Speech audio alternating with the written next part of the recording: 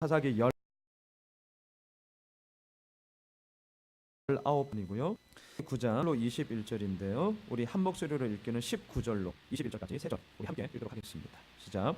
만일 너희가 오늘 여롯바알과 그의 집을 대접한 것이 진실하고 의로운 일이면 너희가 아비멜렉으로 말미암아 기뻐할 것이요 아비멜렉도 너희로 말미암아 기뻐하려니와 그렇지 아니하면 아비멜렉에게서 불이 나와서 세겜 사람들과 밀로의 집을 살을 것이요 세겜 사람들과 밀로의 집에서도 불이 나와 아비멜렉을 살을 것이니라 하고 요담이 그의 형제 아비멜렉 앞에서 도망하여 피해서 부엘로 가서 거기에 거주하니라. 아멘. 지난주 우리는 하나님을 더 이상 기억하지 않는 세상을 보았습니다. 하나님의 설득 앞에 무릎 꿇음은 전혀 없었습니다. 오히려 자신의 힘을 가지고 사람들을 설득했고요. 나 스스로의 힘을 가지고 얼마든지 모든 것을 세울 수 있다라는 호언장담 속에 하나님을 기억하지 않는 세상은 그렇게 돌아가고 있었죠. 그래서 사사기 9장에 맨 처음 나왔던 것이 무엇이냐? 이 아비멜렉의 탐욕의 이야기였죠. 탐욕. 스스로의 힘으로 모든 것을 움켜쥐려는 이 아비멜렉의 탐욕. 우리는 알고 있습니다. 아비멜렉은 첩의 아들이었습니다. 현실적인 장벽이 너무 높아요. 첩의 아들이라니까요. 그런데도 너무 왕이 되고 싶었습니다. 정말 이 마음은 너무나 뜨거웠습니다. 더 높은 곳에 가기 원했고 더 많은 것을 가지기를 원했습니다. 그래서 이것을 어떻게 이루었느냐? 자신이 살고 있는 오브라에서는 돌아가는 판단이 답이 나오지 않는 거예요. 딱 보니까 답이 안 나와. 그래서 어머니의 고향이었던 세겜으로 갑니다. 지연과 혈연을 이용하고자 했던 것이죠. 또한 바알을 섬기고 있는 거짓 신전에서 은 70개를 후원받습니다. 그 돈으로 돈이라면 무슨 짓이라도 다 하는 깡패들을 고용합니다. 그리고 그 깡패들을 데리고 오브라에 가서 자신의 이복 형제 70명을 한자리에 다 죽여버리죠. 자, 이러한 모든 이야기가 뭐냐고요? 하나님을 기억하지 않는 세상의 모습이었습니다. 그런데 아비멜렉은 사사기 기자가 여러분 9장 1절을 한번 보시겠어요? 9장 1절 이렇게 시작하잖아요. 여롯바알의 아들 아비멜렉이. 자, 성경에서의 이름은 그 사람의 정체성이죠. 아이덴티티입니다. 이 사사기 기자가 아비멜렉을 향하여서 정말 간절히 소망했던 게 있습니다. 여롯바알의 아들이어야 한다는 거죠. 자, 여롯바알 무엇입니까? 바알과 싸우는 자, 거짓 우상과 싸우는 자. 내 삶 가운데 하나님의 하나님 되심만이 증거되어져야 되고 하나님의 왕 되심만이 나의 모든 것이다 라는 것을 삶을 통하여 확증하는 자, 그게 바로 여롯바알의 아들 아비멜렉이라는 말에 담겨져 있는 뜻이 됩니다. 이게 아비멜렉이 붙잡아야 하는 정체성이었고 이게 바로 그의 삶의 방향이어야 했습니다. 그런데 우리는 알고 있습니다. 여롯바알의 아들 아비멜렉은 전혀 그러한 삶을 살지 못했습니다. 아버지의 실패를 뒤따라갔어요. 아버지의 무너짐을 뒤따라갔습니다. 그거 안 배워도 되거든요. 근데 참 무섭습니다. 우리 아이들도 한번 돌아보십시오. 저도 목사잖아요. 제가 좋은 얘기하지 어찌 나쁜 얘기 하겠습니까? 그런데 알게 되었습니다. 자녀들이 배우는 것은 부모의 입으로부터 나오는 그 말이 아니라 부모의 뒷모습이더라고요. 정말 무서운 얘기예요. 막중한 책임의 이야기죠. 아비멜렉 또한 마찬가지였습니다. 아버지 기드온 할애했습니다. 너무나 많은 것을 누렸습니다. 그의 입술을 통하여서 어찌 자식들에게 나쁜 말을 하겠습니까? 그건 부모가 아니죠. 좋은 거 얘기했을 것입니다. 바르게 살아라고 얘기했을 것입니다. 하지만 알게 되었습니다. 그 힘은 기드온의 뒷모습에 있었습니다. 아비멜렉은요, 아버지 기드온의 그 뒷모습을 보면서 더 많은 것을 쟁취하려고 했어요. 더 높은 곳을 올라가고자 했습니다. 그 야망과 욕망은 끊을 수가 없었습니다. 너무나 안타깝게도 사사기 기자가 소망했던 여롯바알의 아들 아비멜렉의 모습은 온데간데 없이 사라져 버렸죠. 그리고 나서 왕이 되었습니다. 그것은 왕이 되었다라고 좋아할 일이 아니라 스스로 그 모든 것을 움켜쥐려는 자기 모순이에요. 왕이 되었다고 좋아할 일이 없습니다. 그것은요, 스스로 모든 것을 움켜쥐려는 자기 함정이었다니까요. 자, 한편 기드온의 아들들이 그렇게 모조리 다 죽는 대학살 가운데 막내 아들 요담은 성경에서 자세하게 나오지는 않지만 스스로 숨었기 때문에 목숨을 구할 수 있었습니다. 형제들의 죽음, 그리고 그 이후에 돌아가는 이스라엘의 정세가 어떠한지 이 요담은 꽁꽁 숨어 있었기 때문에 몰랐던 것 같아요. 그런데 그런 가운데 사람들이 찾아왔고 그동안 일어나는 일들에 대해서 얘기를 해줍니다. 오늘 본문 7절을 보십시오. 오늘 본문 7절 함께 읽겠습니다. 사람들이 요담에게 그 일을 알림해 요담이 그리심산 꼭대기로 가서 서서 그의 목소리를 높여 그들에게 외쳐 이르되 세겜 사람들아 내 말을 들으라. 그리하여야 하나님이 너희의 말을 들으시리라. 아비멜렉이 형제들을 한꺼번에 죽였다는 것, 그리고 아비멜렉이 또한 왕이 되었다는 것, 이 소식은 숨어있던 요담에게는 큰 충격이었음에 분명합니다. 그래서 이 말을 듣고요, 이 소식을 듣고 가만히 있을 수가 없었습니다. 우리가 방금 7절에 읽었던 것처럼 이 요담은 세겜에 있던 그리심산 꼭대기로 올라가 외치고 있습니다.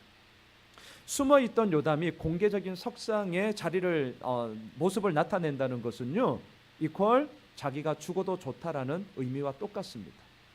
요담이 나타났다는 소식을 아비멜렉이 어떻게 그냥 넘기겠어요? 당연히 죽이게 되는 거죠.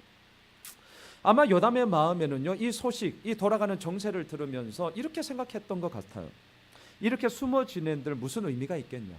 내 목숨이 이렇게 살아간들 무슨 삶의 의미가 있겠으며 내가 죽을 때 죽더라도 할 말은 하고 죽자. 이게 요담의 마음에 분명히 새겨졌음에 분명합니다. 그래서 세겜에 있는 그리심산 꼭대기에 올라가 지금 외치고 있죠. 자, 여기서 우리는 좀 질문을 해야 됩니다. 보세요. 이스라엘에 얼마나 많은 지역이 있겠어요? 이 대한민국도 마찬가지잖아요. 서울, 우리는 수원, 이것뿐만입니까? 지방에도 숱한 많은 도시들이 있습니다. 그런데 이스라엘의 그 많은 지역 가운데서도 왜 하필이면 세겜에 있는 그리심산에 올라갔을까? 성경을 읽으실 때 이런 것들을 질문을 하셔야 돼요. 물론 여기에는 그리심산이 가지고 있는 상징적인 의미가 있었기 때문이죠. 자, 예를 들어보죠. 대통령이 되었습니다. 아니면 지난주 인사청문회가 있었는데 장관이 되었어요.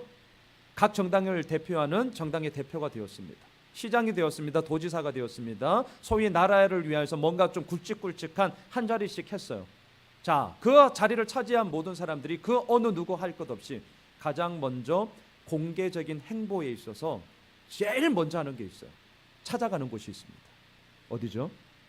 네, 현충원이죠. 현충원. 자, 의미가 있죠.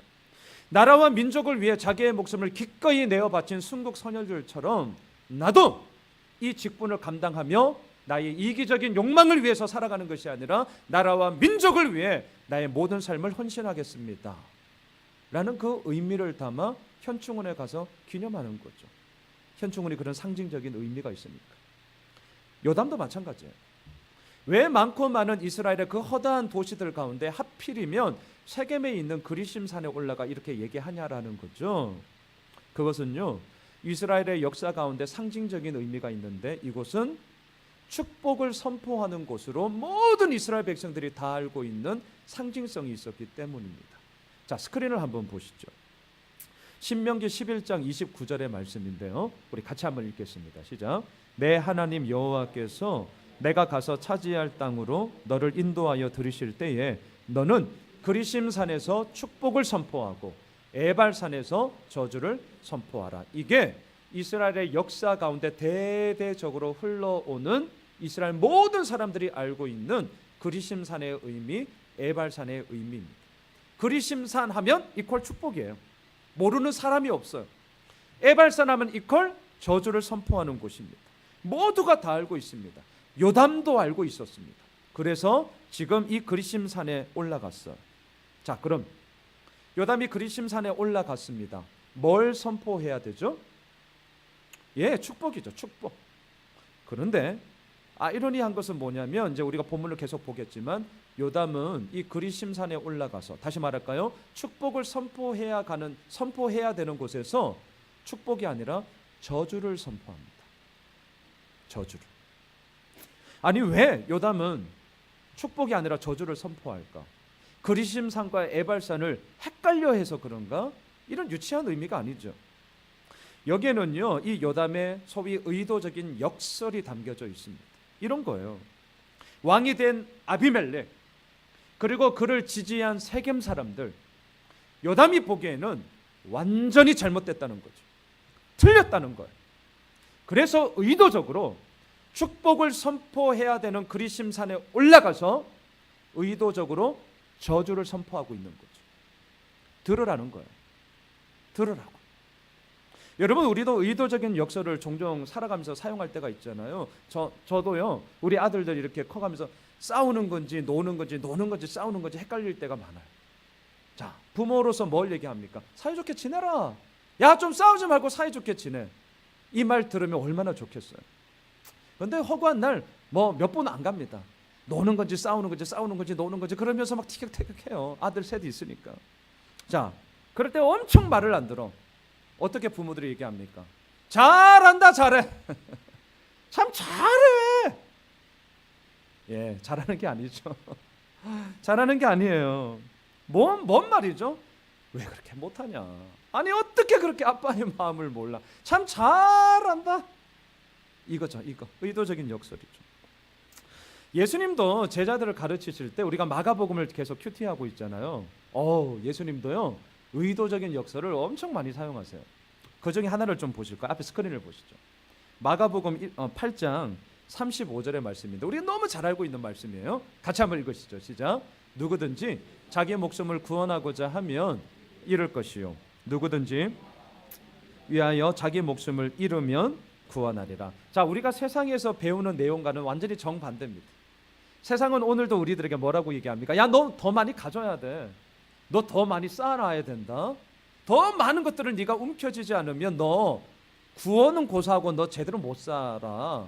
이게 오늘도 우리들에게 얘기하고 있는 세상의 외침이에요. 항상 세상의 외침은 어디서부터 시작하는 줄 아십니까? 내가 가지고 있는 소유에서부터 시작해. 소유에서부터. 소유.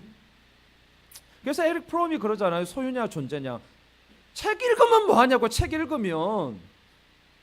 이 싸움 진짜 어렵습니다. 그런데 예수님은 보세요. 항상 어디서부터 시작하냐면 항상 나로부터 시작하는 바로 그것을 깨뜨리세요. 기독교는요, 세상에서 말하는 가치관, 보편적인 물질관, 그들이 추구하는 모든 생각과 그 프레임의 가치들을요 깨뜨리는 것에서부터 시작하죠. 깨뜨리는 것. 나로부터 시작하는 것을 다 깨뜨려요. 어떻게 해요? 누구든지 나와 복음을 위하여 자기 목숨을 잃으면, 잃어버렸어요. 아무것도 없잖아요. 목숨 잃었다니까요. 아무것도 없어요. 할 수 있는 게 없습니다. 그런데 아십니까? 놀라운 이야기가 바로 여기서부터 시작한다는 거죠. 우리는 여기를 못 가는 거예요. 잃어버리면 다 죽는 것이냐, 내 손에서 가지고 있는 것이 놓으면은 내가 죽는 것이냐, 그래서 이 자리에 못 가요. 근데 더 놀라운 것이 있어요. 우리가 지나온 삶을 보세요. 그때 그렇게 힘들었거든요. 그때요 내가 죽을 만큼 힘들었어요. 근데 지금 살고 있어요. 살고 있다니까요. 잘 들여다보십시오. 우리 스스로 나를 기만하는 이야기들 진짜 많습니다. 현실에 벌어진 일이 아니에요. 지금 일어난 일이 아니라고요. 그런데요, 있지도 않는 일, 아니 없을 일도 가지고 와서 현실을 살아가고 있는 내 속에 내가 나 스스로를 기만합니다. 그래서 자기 혼자 전전긍긍하고 있어요. 아직 그 일이 없어. 팩트가 아니에요. 우리 정말 스스로를 기만하는 일 많습니다. 자기 목숨을 잃으면, 아십니까? 근데 바로 그곳에서부터 하나님이 하시는 일을 우리는 보게 되는 거죠. 이거구나. 이게 뭐죠? 내가 하는 게 아니라 하나님이 하시는구나라는 사실을 언제 알게 됩니까? 내가 잃어버리는 그 순간 하나님의 행하심을 알게 되는 것. 이게 바로 기독교의 힘이에요. 이게 바로 기독교의 능력이죠. 이게 바로 예수 그리스도의 복음이죠. 이 예수님의 역설의 진리가 우리를 이끌어가는 것입니다. 자, 이처럼 요담 똑같았어요. 그리심산 꼭대기에 올라갔습니다. 그리고 외쳤습니다. 자, 사람들은 생각했을 것입니다. 야, 요담이 그리심산 꼭대기에 올라갔대. 그리심산 이퀄 뭐라고요? 축복. 사람들은 이제 어련히 생각하겠죠. 뭘 축복하려고 그러나? 혹시 아비멜렉이 왕이 되었는데 잘 보이려고, 지 목숨 살려고 아비멜렉한테 아부들려고 축복하려고 하나? 아니면 이스라엘 모든 사람들에게 축복을 선포하려고 하나?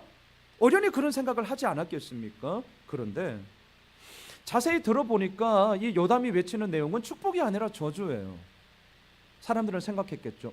쟤 미친 거 아니야? 아니, 그리심산에서 이스라엘 역사적으로 대대적으로 내려오는 축복을 선포하는 곳에서 저주를 선포해. 야, 요담 이제 막 가는구나, 쟤 미쳤구나.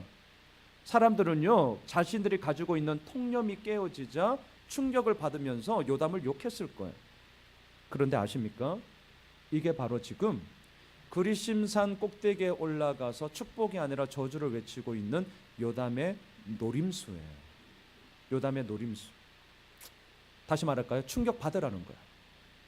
이상하게 여기라는 거예요. 왜? 지금 이스라엘의 모습이 이와 똑같기 때문에.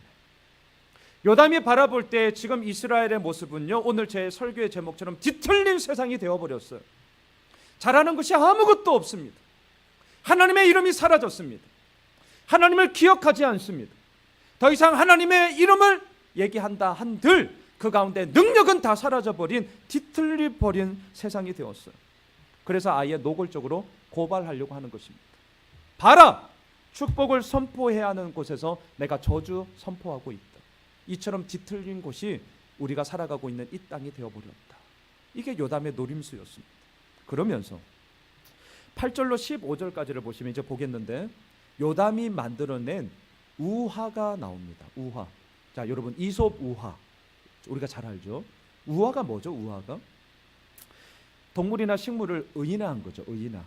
사람처럼 말하고요, 사람처럼 행동합니다. 더 중요한 것, 그들의 말과 행동을 통하여서 인간의 어리석음이 무엇인지, 인간이 깨달아야 할 것이 무엇인지를 일깨우고자 하는 도덕적인 레슨이 바로 우화 가운데 있죠. 지금 요담은 우화를 만들어 외쳐요. 이유 똑같습니다. 너희들이 어리석음이 무엇인지 깨달으라는 거예요. 너희들의 잘못이 무엇인지를 이 이야기를 듣고 똑바로 알라는 거예요. 그래서 우화를 이야기하는데 보세요. 포인트가 두 가지예요. 첫째, 이유 없다예요. 두 번째, 이유 있다예요. 자, 이게 이제 무슨 말인지 한번 들어가 봅시다. 8절을 보시죠. 오늘 보면 8절 우리 같이 읽읍시다. 시작. 하루는 나무들이 나가서 기름을 부어 자신들 위에 왕으로 삼으려 하여 감람나무에게 이르되 너는 우리 위에 왕이 되라 하매. 저를 보세요. 우화의 내용적 이겁니다. 나무들이 왕을 세우고자 애를 써요. 감람나무에게 갔습니다. 근데 이 감람나무가 왕 자리를 거절합니다. 무화과 나무에게 갔어요. 무화과 나무도 거절합니다. 포도나무에게 갔어요. 포도나무도 거절합니다. 지금 몇 번 거절당했습니까? 3번이나. 이쯤 되면 포기할 법 하잖아요. 아우, 이제 아니나 보다 이럴 수 있잖아요. 근데 이 나무들이 집념이 대단해요. 그래서 끝내 누구한테 가냐면 가시나무한테 가요. 그리고 왕이 되어달라고 제안합니다. 가시나무가 흔쾌하게 오케이! 왕이 되겠다고 하는 거예요. 이야기 끝. 자, 보세요. 이게 15절까지의 내용인데, 여러분, 세상은요 이러한 우화들을 보면서 어떠한 레슨을 할까요? 세상에 많은 레슨들은, 교훈들이 뭐가 있습니까? 봐라, 이 나무들을 봐라. 3번이나 거절당하지 않았냐? 거절당함이 어찌 즐거울 수 있겠냐? 마음이 불편했을 것이다, 힘들었을 것이다. 하지만 나무들은 포기하지 않았다. 끝내 자신들의 목적을 이루지 않았느냐? 너희들 중도에 힘들지, 어렵지, 포기하고 싶지, 그러지 마. 이 나무들을 봐. 반드시 그 목적을 향하여서 끝까지 나아가는 자가 결국 승리하는 자야. 이게 보통 나오는 우화의 이야기, 레슨 아니에요?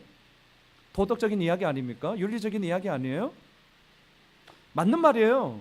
좋은 말입니다. 중요한 말입니다. 제가 그걸 도외시하자는 것 아닙니다. 하지만 지금 요담이 기껏 자신의 목숨을 내걸고 그리심산에 올라가서 그 목적을 향하여서 반드시 열심을 다해 이루십시오, 요딴 거 외치려고 자기 목숨을 걸겠습니까?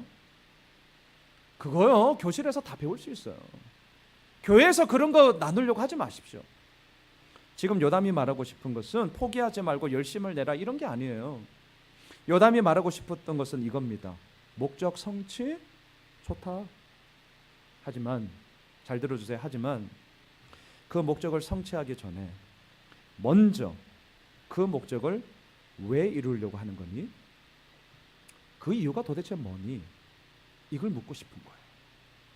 오늘날 우리들에게 많은 사람들은 목적을 향해서 나아가라, 나아가라, 나아가라, 피라미드 그 끝을 향해서 계속 올라가는 그 불나방처럼. 근데 왜 사람들이 힘들어합니까? 이유가 없어서 그래요. 우리 아이들 저희 큰애도 마찬가지예요. 공부해야죠, 해야죠. 근데 저도 부모로서 기도하는 거지만 이유가 없는 거예요.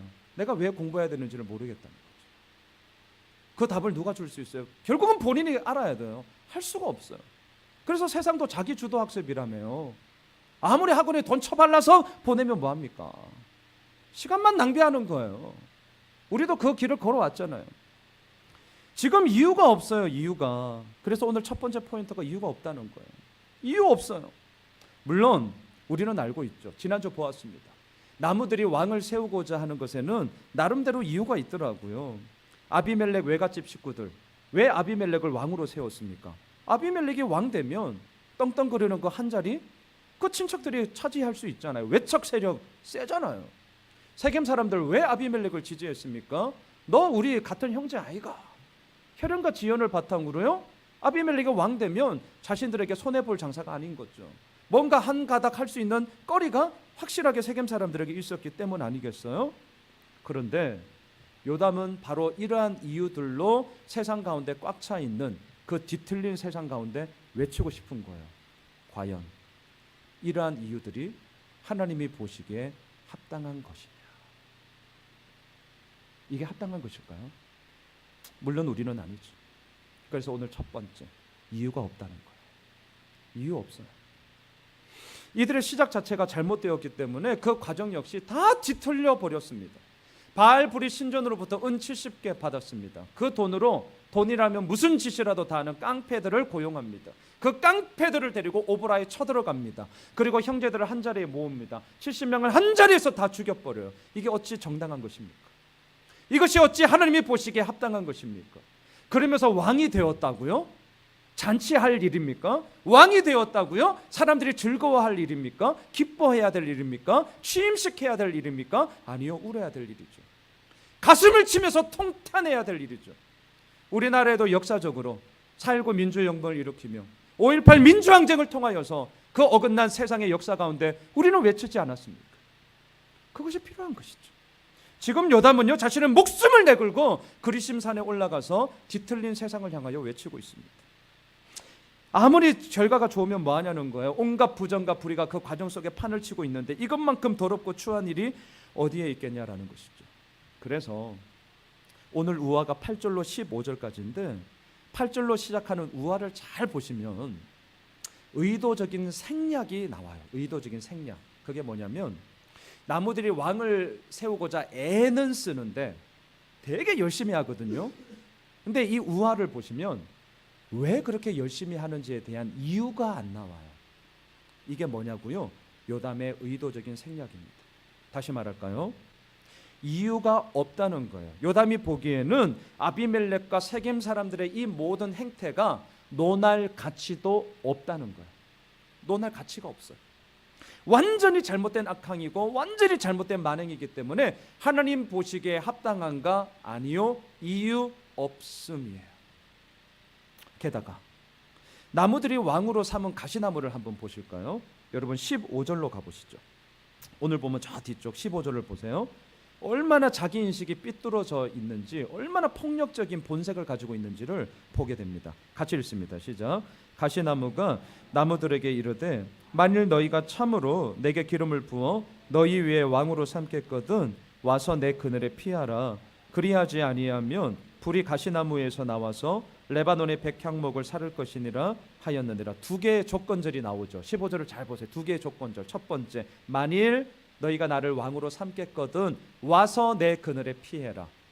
우리는 알고 있습니다. 이 말이 얼마나 말도 안 되는 말이라는 것을 우리는 알고 있죠. 왜? 가시나무는 이파리가 없어요. 햇빛을 가릴 수 없습니다. 그늘이 어디에 있습니까? 이건 상식이죠, 상식. 오히려 가까이 가면 어떻게 돼요? 그 뾰족뾰족한 가시 때문에 찔려요. 상처를 입습니다. 그런데 가시나무는 지금 나무들에게 얘기합니다. 야, 다 와. 내 그늘에 와서 피해. 피하는 게 아니라 죽어요. 찔려요. 아픕니다. 자, 지금 뭘 보여주는 거죠? 지금 우리는 우화를 보는 거예요. 우화. 가시나무의 자기인식, 자신됨에 얼마나 삐뚤어진 자기인식을 가지고 있는지를 비꼬는 거예요. 조롱하는 거라고요. 가시나무는요, 자기 인식에 대한 올바른 판단이 아예 없어요. 이런 자를 왕으로 세운 세겜 사람들도 똑같은 놈들이죠. 또한 더 나갑니다. 두 번째 조건절을 보세요. 만일 너희들의 내 그늘에 피하지 아니하면 어떻게 한답니까? 불이 가시나무에서 나와서 그 당시 최고로 비싼 나무 레바논 백향목을 불살라 버릴 거다. 이거 협박입니다. 협박. 공갈치는 거예요. 이런 거잖아요. 나 왕이야 왕. 야, 왕 말을 안 들어 이것들이? 너희들 다 죽어볼래? 이거예요. 이런 협박이 어디 있습니까? 이런 공갈치는 게 어디 있어요? 아니면 그런 근거라도 있어야죠. 근거도 없어요. 그냥 지가 왕 됐다는 거예요. 절대 권력을 잡았다는 거죠. 고로 너희들은 내가 시키는 대로 하면 해. 군대에서 잘 쓰는 까라면 까, 그냥 개념 없이 돌지 말고. 이런 거 정말 싫은 얘기죠. 이유가 없어요. 이게 가시나무의 본색이었습니다. 자, 보세요. 지금 우화에 나오는 나무들은 누굽니까? 세겜 사람들이죠. 가시나무는 누굽니까? 왕 되었다고 좋아하고 있는 아비멜렉입니다. 누구나 다 아는 내용이에요. 그래서요, 요담은 이제는 드러내놓고 15절로 우화를 딱 끝낸 후에 자기가 이 우화를 통해서 진짜 하고 싶은 말이 무엇인지를 16절을 통해서 아예 대놓고 얘기합니다. 자, 16절을 보십시오. 16절 대놓고 얘기하는 거 잘 들어보세요. 같이 읽습니다. 시작. 이제 너희가 아비멜렉을 세워 왕으로 삼았으니 너희가 행한 것이 과연 진실하고 의로우냐? 이것이 여롯바알과 그의 집을 선대함이냐? 이것이 그의 손이 행한 대로 그에게 보답함이냐? 세 가지를 외치고 있어요. 과연 이게 진실하고 의로운 건 맞냐? 과연 이게 아비멜렉과 그의 집을 선대하는 건 맞아? 과연 이것이 그의 행한 대로 보답하는 거냐? 이게 꼴랑? 답은 뭡니까? 아니라는 거잖아요. 아니라는 거. 이유 없다는 이유 없다. 오늘 첫 번째 포인트, 이유가 없어요. 사랑하는 성도 여러분, 세겜 사람들이 왕을 세운 이유 우리는 알고 있습니다. 지금보다 더 많은 것을 누릴 수 있을 거야. 비빌 언덕 만들어서 더 많은 것들을 가질 수 있을 거야. 그들의 이기적인 탐욕 때문이었죠. 아비멜렉이 왕이 된 이유 우리는 알고 있습니다. 왜 왕이 되었습니까? 지금보다 더 높은 자리에 올라가서 떵떵거리며 살고 싶다라는 자신의 욕심 어린 야망 때문이었습니다. 요담은 지금 묻고 있는 것입니다.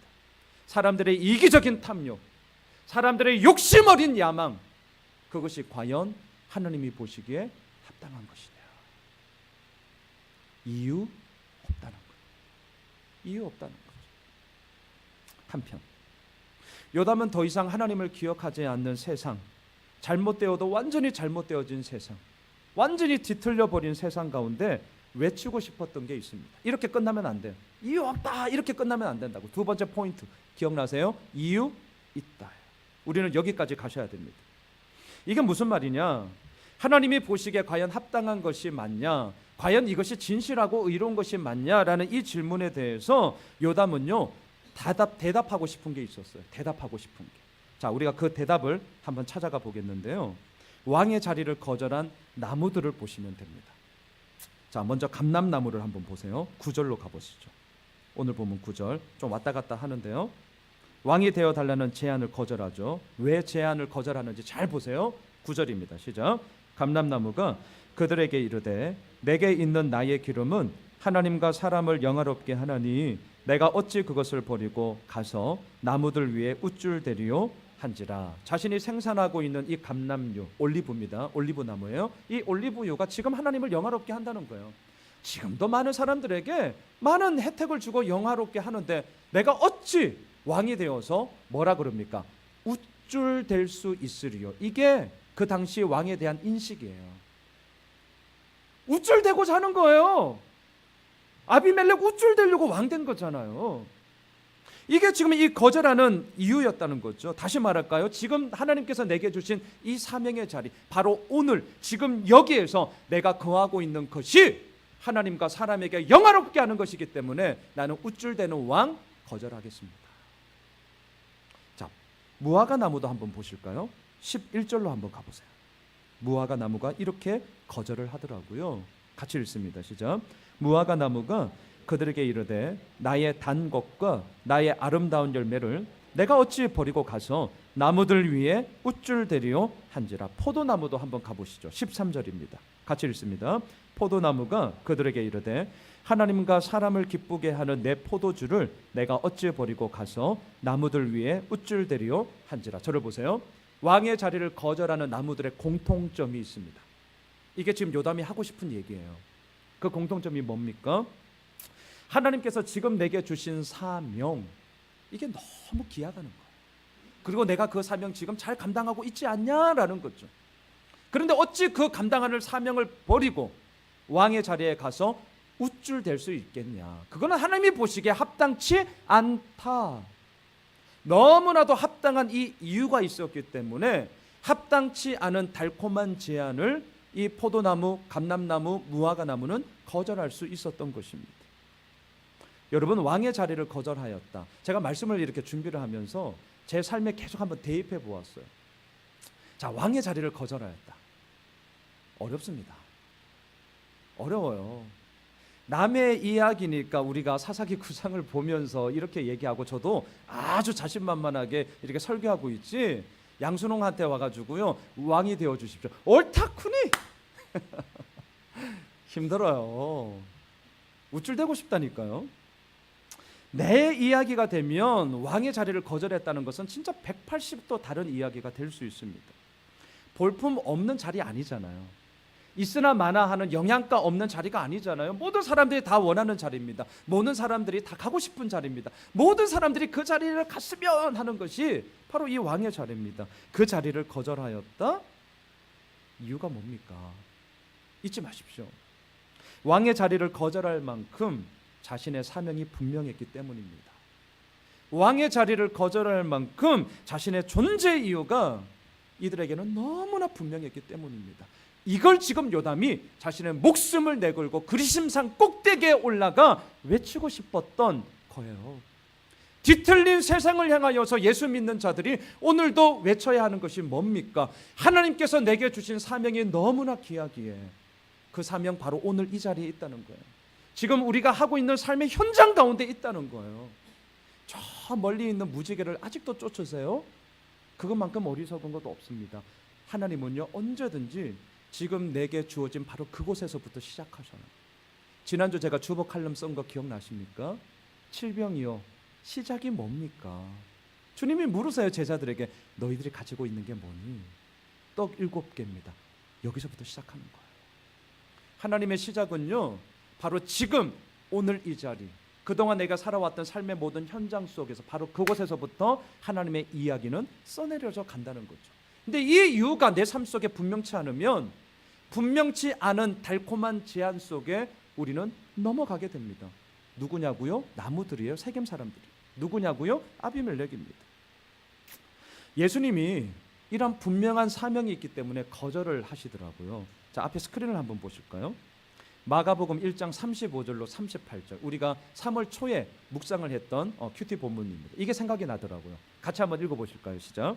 새벽 아직도 밝기 전에 예수께서 일어나 나가 한적한 곳으로 가사 거기서 기도하시더니 시몬과 및 그와 함께 있는 자들이 예수의 뒤를 따라가 만나서 이르되 모든 사람이 주를 찾나이다. 이르시되 우리가 다른 가까운 마을들로 가자. 거기서도 전도하리니 내가 이를 위하여 왔노라 하시고. 정황이 이런 정황이죠. 예수님이 무리를 떠났습니다. 한적한 곳에 갔습니다. 왜? 하나님과 1:1의 깊은 기도를 하기 위해서. 사람들이 있으면 신경 쓰입니까? 일부러 한적한 곳에 가셨어요. 그런데 베드로와 그와 함께 있던 무리들이 예수님을 찾아옵니다. 기도하는 예수님께. 그리고 이렇게 얘기합니다. 주님, 예수님, 모든 사람이 지금 주를 찾습니다. 자, 보세요. 예수님은 지금 기도하고 계세요. 한적한 곳에서. 근데 제자들이 왔어요. 베드로가 왔어. 주님, 모든 사람이 예수님을 찾아요. 예수님의 기도에 방해하는 거예요.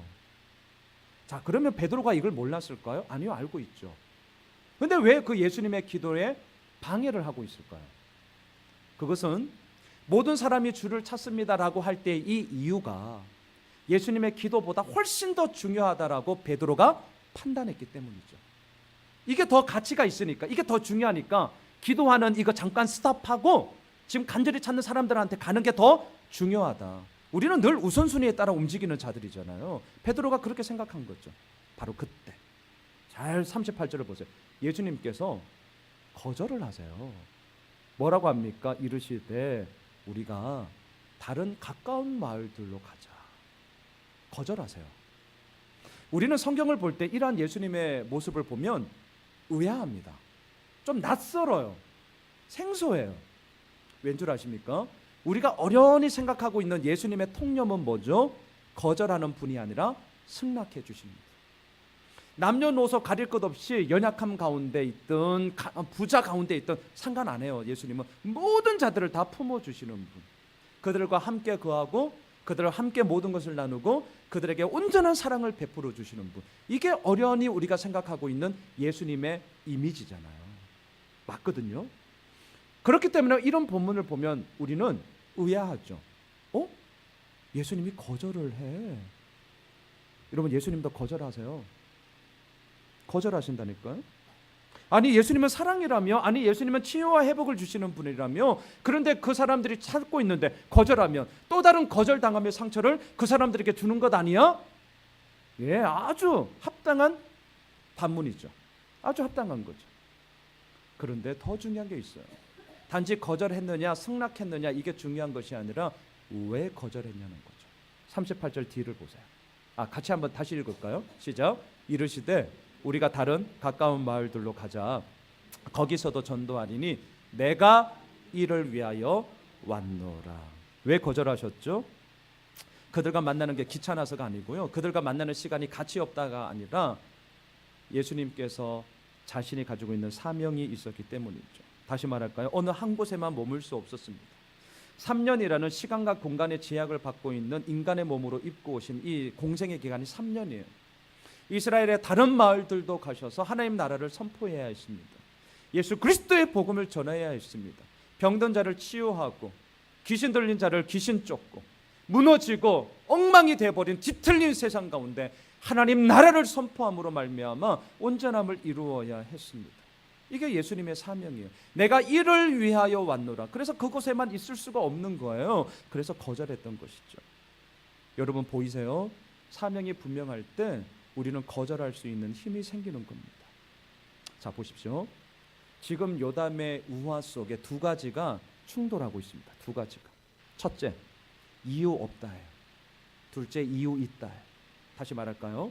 합당치 않은 이유에 달콤한 제안이 오고 있습니다. 반면 합당한 이유로 말미암아 단호한 거절이 나오고 있어요. 이게 지금도 세상이 돌아가는 구조입니다. 합당치 않은 것은 어쩜 그렇게 달콤한지 모르겠어요. 먹음직스럽다니까요. 보암직하다니까요. 탐스러워요. 잘 보셔야 됩니다. 그렇게 쉽게 살면 안 됩니다. 잘 보셔야 돼요. 정말 내가 그렇게 소망하는 것들이다 할수록 더 잘 보셔야 됩니다. 왜? 합당치 않은 이유들은 거의 다 달콤한 포장지를 가지고 우리들에게 제안을 하기 때문에 그렇습니다. 그 덥석 먹었다가는 죽어요. 죽습니다. 잘 보셔야 돼요. 여러분, 왕을 세우고자 애를 썼던 나무들은 하나님이 보시기에 합당한 이유 없습니다. 왕이 되었던 아비멜렉 역시 하나님이 보시기에 합당한 이유 없습니다. 이들은 그럼에도 불구하고 합당치 않음이 그들의 삶의 합당함이 되어서 자기 모순, 자기 당착 속에 진실과 의로움과는 거리가 먼 뒤틀린 세상을 만들어 버렸습니다. 그러니 통탄할 노릇이 되는 거죠. 하지만 왕의 자리를 거절한 나무들은요, 너무나도 분명한 자기의 사명이 무엇인지를 알았습니다. 내가 살아가는 존재의 이유는 바로 하나님으로부터 말미암아 주어진 이 삶의 현장이 내게 주신, 나를 파송하신, 나를 선교사로 보내신 하나님의 현장이라는 것을 기필코 알았던 자들입니다. 그래서 흔들리지 않는 거예요. 합당치 않은 이유의 달콤한 제안에 대해서 합당한 이유로 단호하게 거절하고 있는 것이죠. 이게 뭐냐고요? 뒤틀린 세상 가운데 지금 요담이 16절에서 외칩니다. 과연 이것이 진실하고 의로운 것이냐? 라는 이 외침 속에 예수 믿는 우리들은 맞아! 이것만이 진실하고 의로운 길이야 라는 대답을 해야 한다는 거예요. 이게 지금 이스라엘 백성들이 대답을 해야 되는 것이고요, 세겜 사람들이 대답해야 되는 것이고요, 아비멜렉이 대답을 해야 한다는 거죠. 말씀을 정리하겠습니다. 우리가 살고 있는 세상은 오늘도 하나님이 보시기에 전혀 합당치 않은 이유들로 돌아갈 것입니다. 자신의 이기적인 탐욕을 성취하고자 왕을 세우려는 사람들도 있고요, 자신의 이기적인 욕심 어린 야망을 성취하고자 오늘도 그 왕의 자리를 올라가고자 하는 자들도 있을 것입니다. 이 디온킨 이야기가 이 세상의 이야기입니다. 하지만 잊지 맙시다. 이러한 세상을 하나님이 깨뜨려 버리신 것이 아니라 예수 그리스도를 그 세상 한가운데로 보내셨습니다. 시간과 공간을 초월하시는 예수님께서 기꺼이 시간과 공간의 제약을 받는 인간의 몸으로 오셨습니다.